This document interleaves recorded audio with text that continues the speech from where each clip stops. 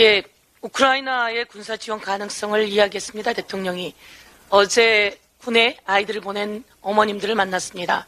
대통령이 어떻게 이런 말을 함부로 할 수 있는지 아주 분노하고 계셨습니다. 군에 가 있는 아이들에 대한 걱정도 있고 군에 가 있는 엄마로서 대한민국 국민으로서 걱정이 태산 같다 이야기하셨습니다. 중국에 대해서도 부적절한 발언들을 해댔습니다. 그 입이 문제입니다. 도대체 왜 그러는 겁니까? 외교는 국익의 관점에서 실리적으로 해나가야 되고 국민을 위한 외교를 해야 합니다. 그것이 대통령이 해야 될 기본이다 말씀드립니다. 필요 없는 말을 해서 긁어 부스럼을 만들어냈습니다. 대통령의 가벼운 입 때문에 대한민국이 위기를 맞았습니다. 러시아의 안보회의 부의장은 이런 이야기를 했습니다. 러시아의 최신 무기가 우리의 파트너인 북한 손에 있다는 것을 볼 때 한국 국민이 뭐라고 할지 궁금하다라며 협박성 발언을 이어나갔습니다. 러시아에 우리 교민 16만이 있습니다. 그리고 러시아에 우리 진출기업 160개가 넘는 기업이 있습니다.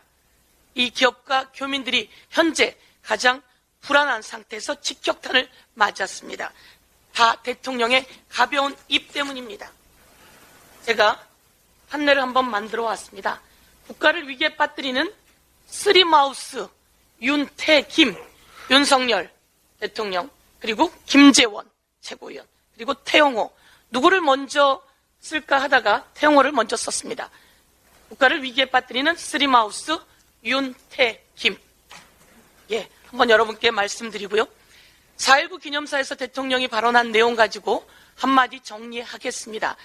4.19에 대해서 제대로 아는지 묻지 않을 수 없습니다. 이승만 대통령의 부정선거, 독재 연장에 항거한 국민들의 민주화 운동이었습니다. 이곳에 가서 4.19와 뜬금없는 관계도 없는 발언들을 했습니다. 사기꾼, 그리고 매수, 위장, 거짓 이런 발언을 했는데요.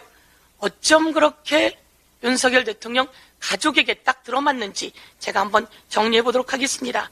사기꾼이라고 이야기했는데요. 국민 여러분, 노인 요양급여를 부정수급한 사람, 그거 사기꾼 아닙니까? 그리고 차명 거래하고 불법으로 땅 투기해서 법적 처벌까지 받았습니다. 사기꾼 아닙니까? 그리고 이를 국고 부인하면서 우리 장모는 10원 한 장 피해를 준 적 없다. 이거는 장모와 사위가 같이 국민을 우롱하는 발언 아닙니까?